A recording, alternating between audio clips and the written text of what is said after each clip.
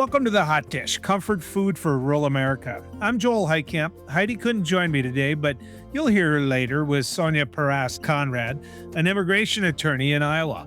They had a great chat about her experience dealing with the ridiculous and harsh administrative policies like we're seeing now. And I got the joy of chatting with Bryan Little, Director of Labor Affairs for the California Farm Bureau. We talked about all things agriculture and labor and learned about the labor perspectives on all this. We're excited to hear from you, so let's get started with my conversation with Bryan Little. You know, we listen to your feedback here on the Hot Dish. We oftentimes ask what you're interested in, what you want us to bring to you. One of the things that's talked about is farm labor, what the current policies are doing to farm labor, how it is affecting those of us in the rural areas. Of course, that's one of the focuses of One Country in the Hot Dish. Well, Bryan Little is somebody who understands farm labor. In fact, what he does is best explained by him. He's our guest now. Bryan, good to have you on the Hot Dish. Thanks, Joel. I appreciate it. Actually, I joke at times that I spend 75% of my time working for Farm Bureau and 75% of my time working for Farm Employers Labor Service. And I was just a poor dumb poli-sci major, and even I can figure out how that math works. But there's a lot to do. In California, we employ around 800,000 people that do some ag work at some point in the year. And during our peak harvesting seasons, we're employing about 480,000 people on any given day. So there's a lot there to chew on in terms of how the state of California likes to regulate employment, and California loves to regulate everything that moves. So there's a lot there that we have to worry about. And then so that's what I do for Farm Bureau, is dealing with the legislature and dealing with our very active regulatory community that's part of California state government. And then the other half of my job is I run a small for-profit company that California Farm Bureau owns that tries to help agricultural employers understand and do all the things that the state and the feds want them to do in their capacity as employers. And that's a lot. We actually sat down and counted one day last year that farmers in California are expected to post 54 different things in their workplace to inform their employees about their various rights and other things like that farmers are required to inform them of. And we have a product designed to make it easy for them to do that. So we try to be the easy button for farm employers in California. I don't know what terms you use, but here in the Midwest, we use bulletin board. So I don't know where you put 50 postings on a bulletin board. How big is the bulletin board? It's big. That's one of the problems we've been trying to get around. So we have this piece of agricultural equipment in California that we invented in 2010 or so called a shade trailer. It's a two-wheel trailer that's basically a picnic table on a trailer that has wings that fold up to provide shade for people to sit on the trailer because of our heat illness prevention standard requires employers of outdoor employees to provide shade for them to get into on a hot day. A lot of times you'll see ag employers will hang those posters underneath those wings. So when they're folded out, providing shade for people sitting at the picnic table, they can look up and see the posters. The requirement is that the posters have to be somewhere where employees can see them without having to ask to see them. So we've tried a lot of different things over the years, and there really is no way around the fact that it just covers a lot of space, and people are running out of places to put it. And yet our legislators and regulators keep adding new things that we have to provide postings on. Well, as a former legislator and someone who served in the North Dakota Senate for 14 years, you would not have a hard time making an argument with me that you need to get rid of some of those posters. It wouldn't be a hard argument to make at all. Bryan, want to talk a little bit about your background when it comes to labor? I think this is universal, albeit the different commodities you raise versus what we raise here in the middle of this country. The shortage, just the need, the qualification, the ability to do that level of work every day. You know, a lot of people don't think of agriculture when they think of California. Where are you at when it comes to labor? Well, California is the largest ag production state in the United States. Now, given that California is a huge state, I mean, it's 800 miles from the Oregon border to the Mexican border. So it's a big state and a lot of rural area. People think of California, they think of the Bay Area, and they think of the LA basin. Maybe Fresno comes to mind occasionally, but for the most part, that's what they think of, and surfing and the beach and all that stuff. But we grow everything. We grow 400 different commodities in California. So we grow everything from avocados to zucchini. We're the largest dairy production state in the United States. So there's a lot going on here agriculturally. And that's why I was telling you about earlier that we have about 800,000 people that do at least one ag job at some point during the year because that's how their employers report their taxes. And then during our peak harvesting seasons, which will kick off in about 3 weeks here, we'll be employing about 480,000 people every day doing something. And that will continue through about the middle of October. So there's something happening in California just about every day of the year, growing something wine grapes, tree fruit, tree nuts, vegetables, leafy greens, fruit and vegetable, berries. I mean, berries like you wouldn't believe. They're all over the place.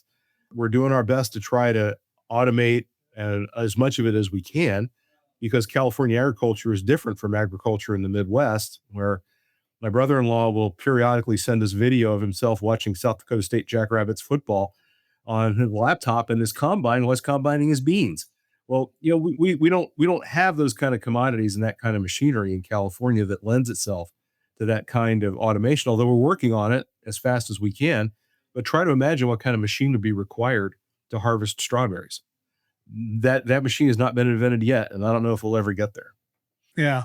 Well, just 2 points there in what you just said. Number one, North Dakota State University beat South Dakota State University in the national championship this year, but I don't want to be petty and bring that up. Also, zucchini.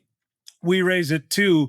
And the one time a year you lock your car is when it's zucchini season because you don't want a bunch of people dropping it off in your car and then you got to deal with it. Brian, want to talk about the serious issue though that we ended up bringing up here, which was just the harvest, the seasonal harvest. How many of these workers are day workers or week workers? Most of them are going to be employed. It depends on the situation. Some commodities have relatively short harvest periods. To give you an example, sweet cherries in Lodi, which is about 25 miles south of Sacramento in the Central Valley, that's about a 3 week harvest. But the people that are doing that work, they live in Lodi and Stockton and Elk Grove and the other communities right around there. And they do that work for 2 or 3 weeks, and then they go find other ag work to do in other parts of California. The people who do ag work in California, that's mostly what they do for a living. They might do several different things over the course of the year, but when there's something available close by to where they live, they'll usually take those jobs and work those jobs for as long as they last. And if they're done harvesting cherries, then they're probably going to get a job working on the tomato harvest somewhere else in the Central Valley, and then move on to tree fruits and some ground growing vegetables like melons and cucumbers and things like that. So we grow so much stuff in California that it's not hard for people to put together many, many weeks of ag employment if they are a little bit diligent about it and they maybe are willing to drive a little bit in order to do those jobs. Ag workers in California on average work about 36 weeks in agriculture out of a year. So it's not something that you can do 52 weeks a year because the work just a lot of time isn't available during the winter months. But during the rest of the year, there's something going on in California pretty much every day. Okay. Want to talk a little bit about my background on some of that as well. Before we raised sugar beets here, and before we got to the point where we could apply chemical to kill a lot of the weeds that would stop some of the sugar beet roots from growing, we hoed them. In my summers, we got paid to hoe, and what I know is the migrant workers, the immigrant workers that came to the north to do that, could do a quarter of land in what it took us about 3 weeks to do one. In other words, they were better. They worked harder and they were quicker. My suspicion is when it comes to your seasonal work, many of the individuals that you need are Hispanic. The people that come are very good at what they do, but they might be first generation immigrants. And, I hope we can have a conversation here about whether or not some of them are even here legally. And so is my suspicion right? You're partly right and partly wrong. The part where you're not right is that a large part of our population have been residing in California. Yes, they are Hispanic. Many of them immigrated from Mexico and other Central American countries, but in many cases, that was 20 and 30 years ago. So they've lived in California for decades, many of them. They have families here. They have spouses who either may be immigrants themselves or they may be green card holders, they may be citizens. They have children who are United States citizens because they were born here. Their kids are going to the local schools, and these people are not, by and large, raising their kids to be farm workers. They're raising them to be public defenders and school teachers and lawyers and plumbers and engineers and all kinds of things, because we have a very comprehensive state university system in California and community college system that offers great education for not a lot of money. So there's a lot of things these people can do, a lot of professional opportunities for their children to be able to do things other than agriculture, which is one of our problems here as an industry, is that our workforce is getting older every day, just like I am and just like you are. And doing agricultural work in California is a great job for a younger person, maybe not so much for someone who's as old as me. And then to answer your other question, yes, you are right. A great many of them did not emigrate to the United States legally back in the 1980s and 1990s when they came here and settled here.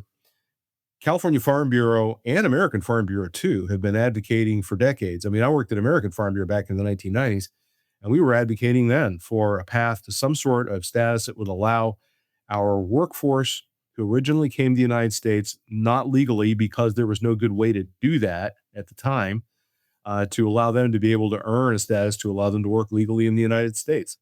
And then to make some improvements to make our temporary agricultural worker visa program more affordable, more usable, and more readily available so that we could rely on that when we need to.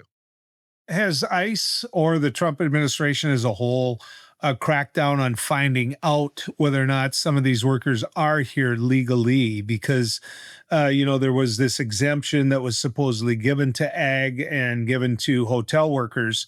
And so I'm curious, are these workers, whether they're here legally or not, working in fear?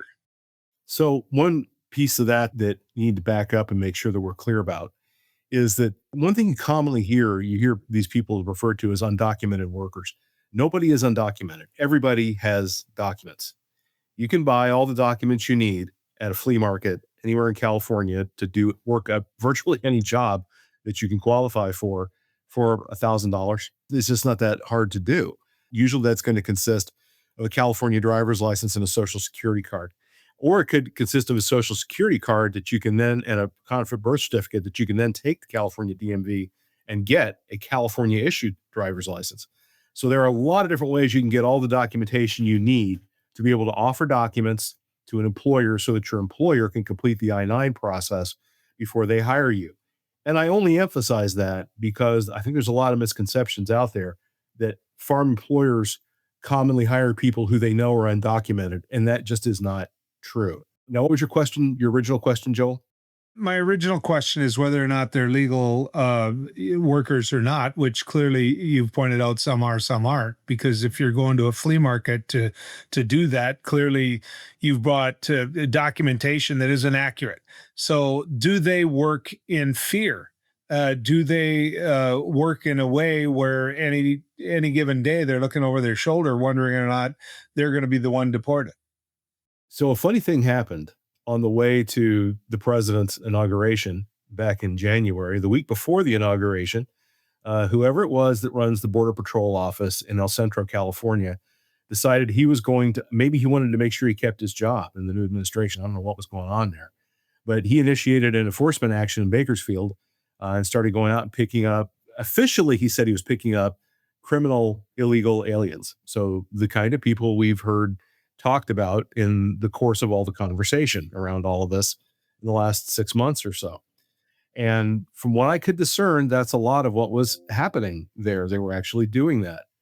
But the funny thing that happened, and it's happened over and over and over again since January, is that when any law enforcement agency seems like does anything from a sobriety checkpoint to the Department of Homeland Security's Homeland Security Investigations Service taking down the child pornography ring in Winters, California. It's about 25 miles from Sacramento going toward San Francisco.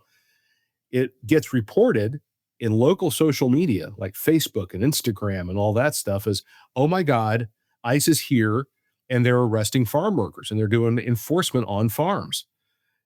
So far, I have yet, other than what happened in Ventura County in the wake of the LA riots, I haven't been able to find an instance. I keep getting reports that these things are happening, and I always go and check, contact people I know, because I've been doing this job for 16 years. I know people all over the state. Contact people I know in those areas and say, what's happening? What have you heard? What's going on? And very often the first thing that I get is, well, yeah, we're hearing that ICE is doing enforcement out here. And then they poke around a little bit and learn a little bit more. And it turns out that it's like the story I told you before about Homeland Security investigations taking down a child pornography ring or a human smuggling ring.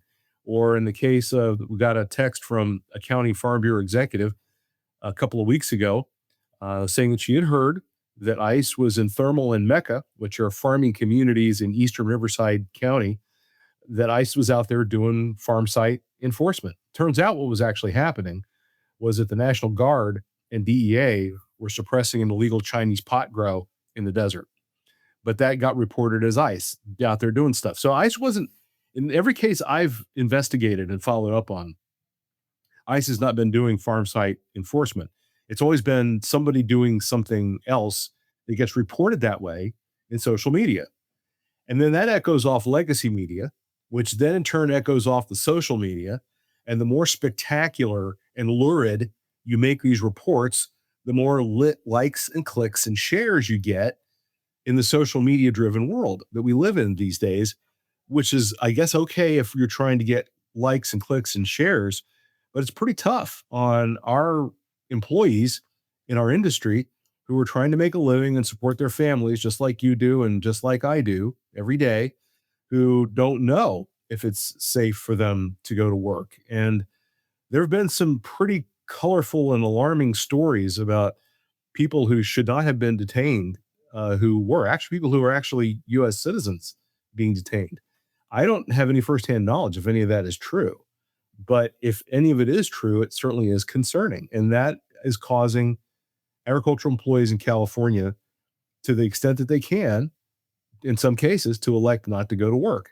I know of at least one strawberry producer in Ventura County who lost about 60% of his crop in the wake of the LA riots because the ICE and Border Patrol were up in Ventura County doing whatever it was they were doing. You might have seen last week they conducted a raid on a cannabis production facility in Ventura County. So because we have adult use cannabis legal in California, it's still not legal federally. And so ICE was going out and picking up people who were here on visas. This is just last week, picking up people who were here on various visas, on temporary protected status, green card holders, a variety of others. There's a whole variety of visas that people have been able to get in the last several administrations. The problem is that if you are engaged in cannabis production, that's a federal felony. And if you engage in a federal felony, then if you are here on a visa, you're immediately deportable. And ICE can pick you up and deport you right away. If you're a green card holder, it would prevent you from ever being able to apply for citizenship if that's what you want to do. And a great many green card holders will do that eventually. So, and because cannabis production in California happens cheek by jowl with food production in California, it's all co-located. They're all right next to each other. It has the effect of really scaring our workforce in California, and they try to avoid going out and going to work when this stuff is going on around them, and that makes it really tough for food production. In California, we produce about half the fruits and vegetables that the rest of the United States consumes. So it's just going to make it really tough for us to be able to produce strawberries and blueberries and all the other delicious things that we grow in California that folks all over the country want to eat. Well, National Farm Bureau is usually an organization with an administration like this that would have a connection or two in both the ag department and all the way up to the top. And so, has anybody spoke to them? Has anybody spoke to the administration and said, other than a press release saying that, you're not going to target farm workers? If they're working in fear and the strawberry farmer's losing a huge part of his workforce, how do you get word out other than through the administration itself saying, look, you're okay? That's a very good question. And to be honest, all the back and forth with this administration about we are going to target, we're not going to target, we are going to target, maybe we will target, has caused a lot of confusion and a lot of consternation. And so that has made things more difficult than they really needed to be. A little more clarity about what their policy is and what the direction is they're going in could have been very helpful. Now, in a lot of ways, the genie is kind of out of the bottle, and it's going to be very difficult to put it back. And it's going to be difficult to convince people that they can. Well, for example, one of the things they're talking about trying to do is to have farmers, this administration is talking about trying to do, is to have farmers be able to vouch for the long-term work for me on my farm, and employees would be able to exit the country and touch back. The idea being they go back to where they came from, and then they can re-enter the United States legally. In theory, that sounds great. The problem is that most of these people have been here for 20 and 30 years, and so they have no home to go back to. And with all that's happened in the last 6 months, I'm not sure that you would have a great many people who would be willing to trust that that program will actually work the way that it's being sold to them. So I think you might have difficulty getting people to participate in that program. Yeah. And there's examples I think they could go to justify some of that. Bryan, great conversation. Could do it all day long. Keep sending those vegetables, those nuts, everything you raise to the middle of this country as well. Thank you, Bryan. Thank you. And now I'm going to turn it over to Heidi and Sonia Parras Konrad. They'll take it away. Heidi? We've been getting a lot of questions about the effects of the administration's immigration policies on what's happening in rural America, who's out there, what are the status of so many of the folks who are providing assistance in meatpacking plants or working picking vegetables or working in the local hotel. And we all know that there is an acute labor shortage many times in rural America. So we wanted to invite an expert, and that's exactly what we did. So Sonia Parras Konrad, she's an activist, attorney, and educator on legal remedies for immigration survivors of gender violence and labor trafficking. She's founded numerous nonprofit organizations, and she has been providing immigration technical assistance to frontline advocates and attorneys. Never more than now has that assistance been needed. Sonia, thank you so much for joining us on The Hot Dish, and thank you so much for the work that you're doing. I think to start out, if you could just kind of give us a sense of the continuum, because you didn't start this work with this administration. You've been working in this area a long time. So what changes have you seen, both in terms of process and the work that you do, but also the attitudes of your clients and the concerns of your clients? Well, thank you so much for having me. It is my pleasure to share information with you in this very important topic that affects not only us as community, but also, anyone that we welcome into our communities. Obviously, I've been doing this work for almost 29 years, and the difference between doing this work with other many administration, including the prior administration, is that we had a sense of trust. Even though we're in opposite sides, for instance, with the Office of Chief Counsel or with ICE, we knew that they were tasked with doing a job following a series of rules that everybody was familiar with. The way that we're practicing today is very is terrifying because nobody knows what the rules are going to be tomorrow.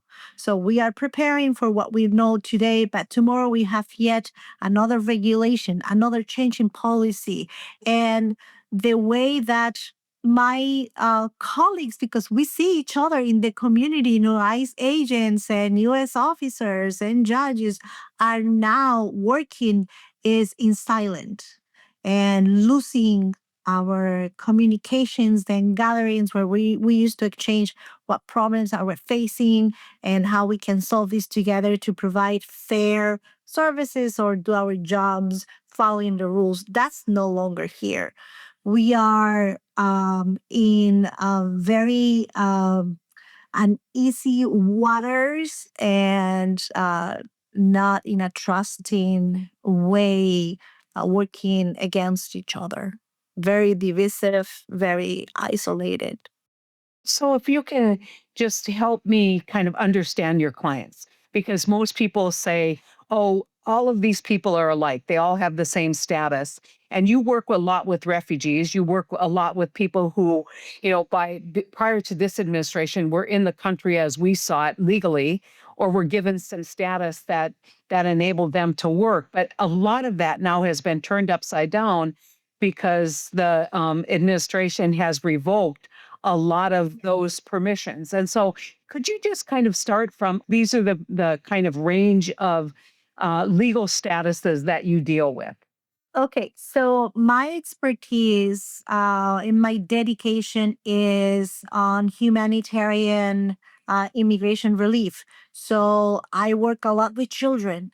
We have all these like juvenile visas for kids that are unaccompanied and came alone into this country. I do U visas for victims of for victims of certain crimes of violence. I do T visas for trafficking survivors. I also do family petitions, and I work a lot with people that have mixed, immigration relief. So they may have TPS because they are from Venezuela. And we get TPS, temporary protected status, right? Mhm.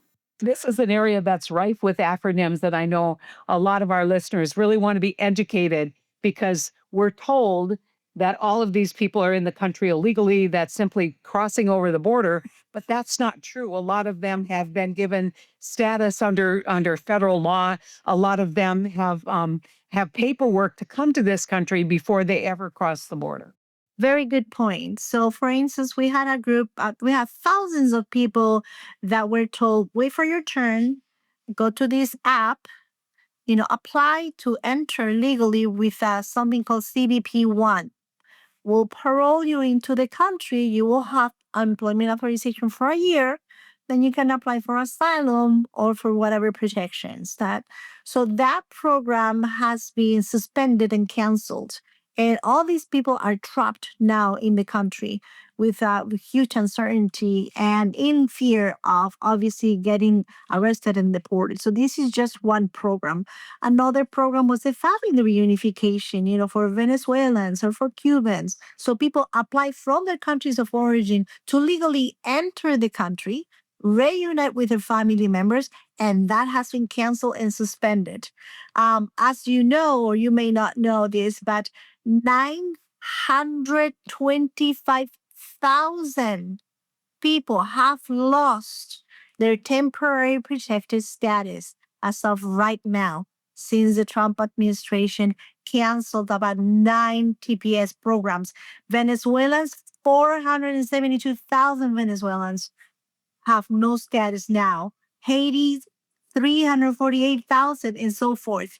So we have people that came in legally that had a certain rules applied that abide by the rules that are now up in their concern for their livelihood, their safety, and potential swiftly removal from this country. Okay. Well, then I want to make the point that you work in Des Moines. Yes. You live in Iowa, which obviously we know that there is a lot of immigrant workers, whether they're undocumented, came across the border, did not have any kind of protected status when they did, or whether they had protected status, and that was a legal difference prior to this administration. And so, what are you hearing from employers? Are you getting calls from chambers of commerce, employers saying, what can you do to help the workers who work in the meat packing plant or the workers who, basically are helping custom combine?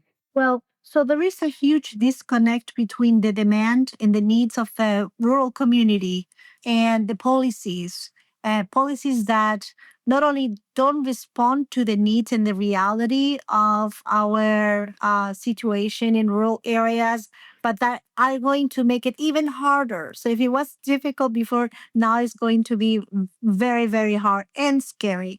So we have meat packing plants, we have the agricultural folks. We have mom and pop shops, farmers that have to milk their cows. And this is a fact, and everybody knows it. They rely on immigrants to do the job. And we're talking about thousands. For instance, did you know that we bring about 6,000 agricultural workers just in Iowa to pick up our crops? Wow. And that's every year. So imagine that these are people that legally come into the country through this agricultural worker program. They have their H-2A visas that is now slowing down and harder to get, while the crops don't understand about politics. Our chickens either, and the cows, poor cows, they need to be milked, right? So there is a huge disconnect between the policies that are getting harder under these administrations and the reality of the community, and the people that need the help. I think the other argument that's been presented are the people who they are moving against are the worst of the worst. They're criminals. They've done violent crimes. That if they're hardworking, they have nothing to fear from immigration officials. What's been your experience in Iowa? All the people you represent in deportation hearings, they're all hardened criminals, are they? Well, I just said that my forte is humanitarian relief. So I work with survivors of domestic violence, sexual assault, children. We just had a swift removal of a kid that had a juvenile visa. And I do have a policy within my contracts because I may have a conflict of interest. I only represent survivors and people that are not violent or don't have bad records. So, and a lot of my clients are in deportation proceedings. And a lot of my clients are going through the process, but also a lot of the rules are changing quickly. And this is going to affect everyone, regardless of your criminal background or your victimization history. You want to tell us about the latest rule change as it relates to bond? Yes. So one of the strengths of our constitutional rights, obviously, is due process and your right to go in front of a judge and request bond to be outside, reunited with your family members, and able to defend your case in front of a judge. So this is one of the pillars of our legal system and our constitution. And so if we talk about ever-changing rules, recently in July 8th, we were presented with a memorandum that is going to change the interpretation of that due process right and rights to bond, making it very, very hard for people to actually post bond and go outside of a jail and continue with their immigration defense under the current administration and the current laws. So, how many of your clients are saying, I'm done. I don't see that I'm going to be able to fight this. Let's just figure out some way. You know, the administration rolled out a voluntary deportation exit program. How many of your clients have actually taken the administration up on those? Well, I just had one, but it was extremely hard for my client to actually apply for the program. So hard that she said, I'm done, and hopped in the plane and left. And this is a client that will have a path to legally return within 10 years of departing. So, because she is so exhausted and anxious about every day waking up and not knowing if this will be the day she is going to be arrested and separated from her loved ones, she has chosen the unimaginable, which is to actually self-deport and leave back to a country where she has no ties anymore because she has been in the US for a long time. And only, most of her family is here in the States and has no way of, just providing herself with the basics. But this is how desperate and terrifying people are. Our calls right now are not anymore about how is my case going, but am I going to be arrested, and what should I do if I get arrested, and what's going to happen to my children if I get arrested. So these are frantic calls nonstop into my office and every attorney's office. So again, the narrative has shifted from how is my case going and collaborating with the progress of the case to should I take my children to the hospital? Should I take my kid to school? Can I go to church? Because we no longer have sanctuary or protected areas. So In this is church. Yeah. in church, in hospitals, in schools, anywhere. You're no longer protected, safe. And these places in jeopardy children, pregnant mothers, people in need, emergency situations. So every policy has a trickle effect and a lot of not sure if intended or unintended consequences. The sense of intimidation, like I'm exhausted, I'm tired, or they may deport me to a country I don't have any relationship to.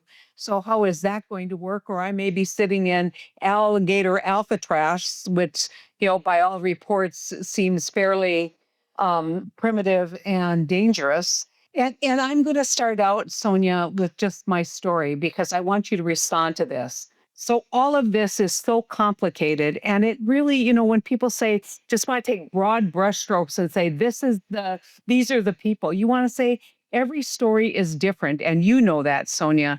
Every person's experience in this country has been different. But here's an example of unintended consequences.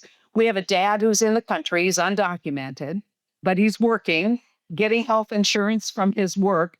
His wife is pregnant. She has triplets who are all in distress. She's in the NICU in a hospital probably 50 miles away from where mom and dad live because, this is rural America and you aren't going to get neonatal treatment in a rural hospital. And she's driving to go see her every night and he gets stopped by ICE agents and he now is apprehended and on his way for deportation. So everybody who says, oh, these people are costing the government. Well, what is going to cost the government more than her not qualify? I mean, she's an American citizen. She qualifies for Medicaid. She no longer has the support of her husband financially or emotionally. He's being deported and now the government is going to pay the cost of those children's health care. So, I know that you have hundreds of stories like this of hardworking people.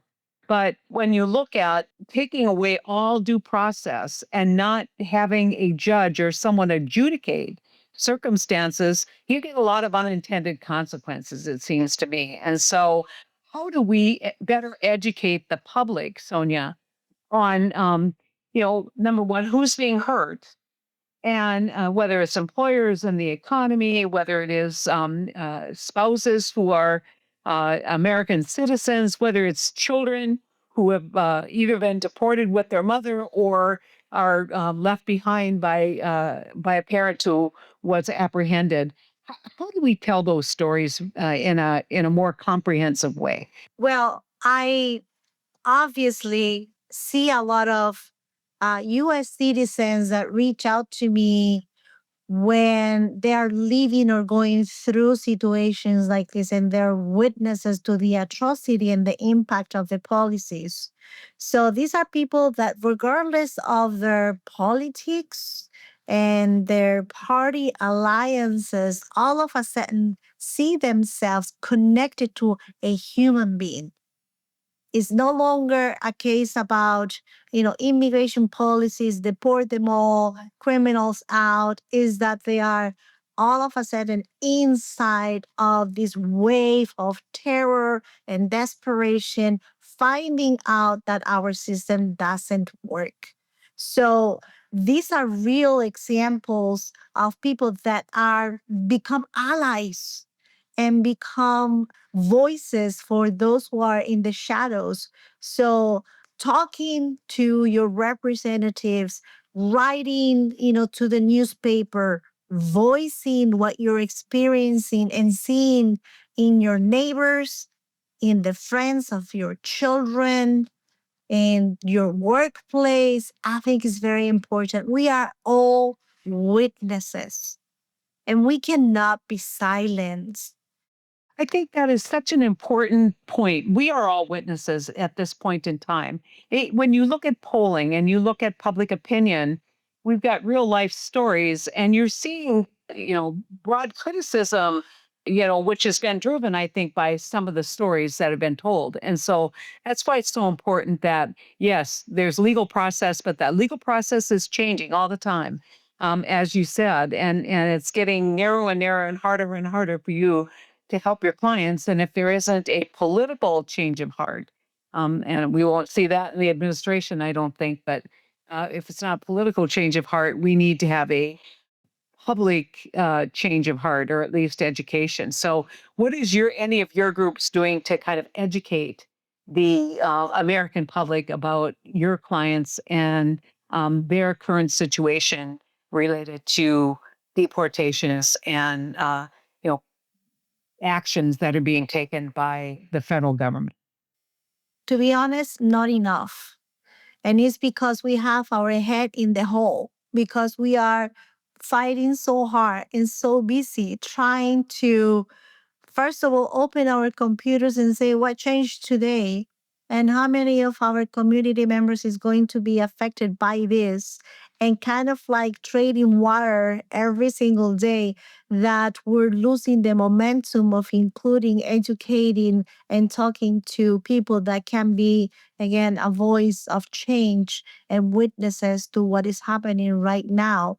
Even though we are trading water and exhausted, and when I say we, I mean the immigration bar. Let me give you an example. In Iowa, we're just like barely 40 immigration attorneys in the entire state of Iowa.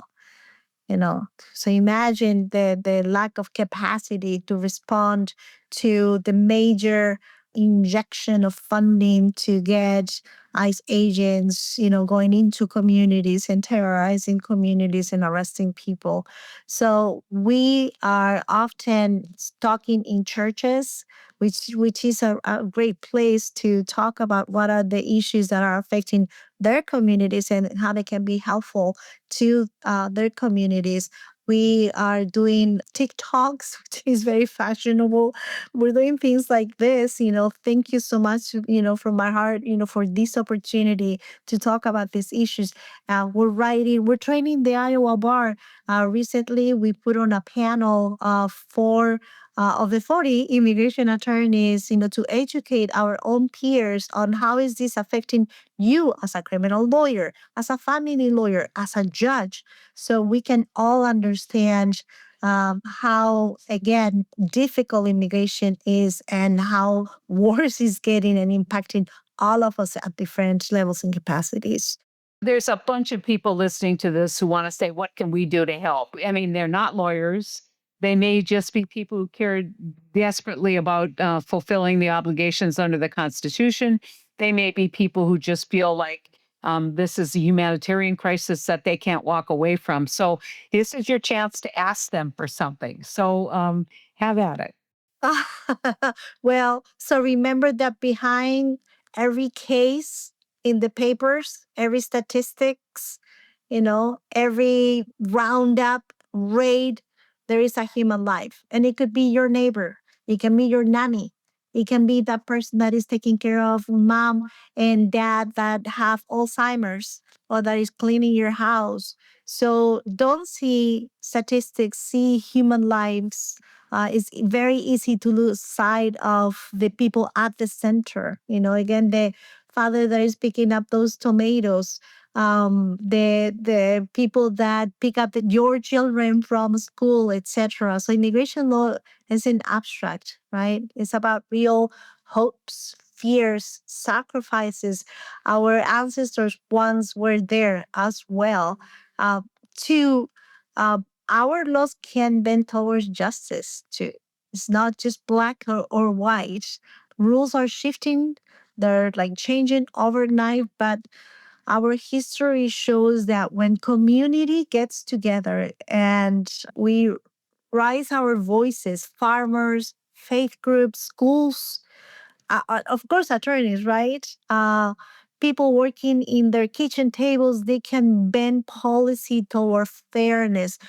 even police officers that are listening today to us have that capacity to say, okay, I need to make sure that the laws are followed. But do I really need to tell this person because I think it may be an undocumented person? Do I really have to do that? And who am I hurting or helping at the end? So every public comment that we do, every letter that we can send to a congressperson, every lawyer who takes a pro bono case, and yes, every volunteer that wants to help us lawyers to take more pro bono cases, chips away that injustice and remind policymakers that they're just not numbers. We gotta get away from numbers and policies and all criminals, rhetoric, but look at families woven into our own towns, our own communities. And finally, because I can keep on talking, we all have a role to play, right? You don't need to have a little bit to make a difference. And I would just say, when you see something on social media where a child who with cancer has been deported, share it with your network and say, this isn't what I expected. I expected that people who commit violent crimes would be deported, not children with cancer. And so I think share that with your federal, especially your federal elected officials, whether that's a congressman or whether that's your two senators, whoever that is. And so, if you're interested in this work, donate to people who are providing this pro bono service, and encourage other lawyers that or if you are a lawyer, encourage to maybe do some pro bono work in this space, because it is an all hands on deck humanitarian crisis. And none of us are defending anyone who is a violent criminal who came into this country to create mayhem and commit crimes. No one is there. The real challenge here is that you can't say it's somebody else's job. Yeah, It's all of our jobs. absolutely. Yeah, we need to stay together. Whether you're a lawyer, farmer, healthcare worker, teacher, everyday citizen, I think that at the end, defending human rights, which is what this is about, right? Follow the rules, defend human rights in this ever-changing legal landscape is not a solo act, but it's a community effort. Thanks so much, Sonia. I think hearing firsthand how people are helping immigrants feel safer in their communities is incredibly heartwarming. But that's certainly something they need right now. We hope you learned something about the horrendous consequences the Trump administration policies have had on rural immigrants and communities. And if there's something you think we need to talk about, please let us know. Email us your thoughts. Our email address is podcast@onecountryproject.org. That's podcast@onecountryproject.org. And check us out on Blue Sky and Substack. Thank you for joining us today on The Hot Dish, which is brought to you by the One Country Project, making sure the voices of the rest of us are heard in Washington. Learn more at onecountryproject.org. We'll be back in 2 weeks with more Hot Dish, comfort food for rural America.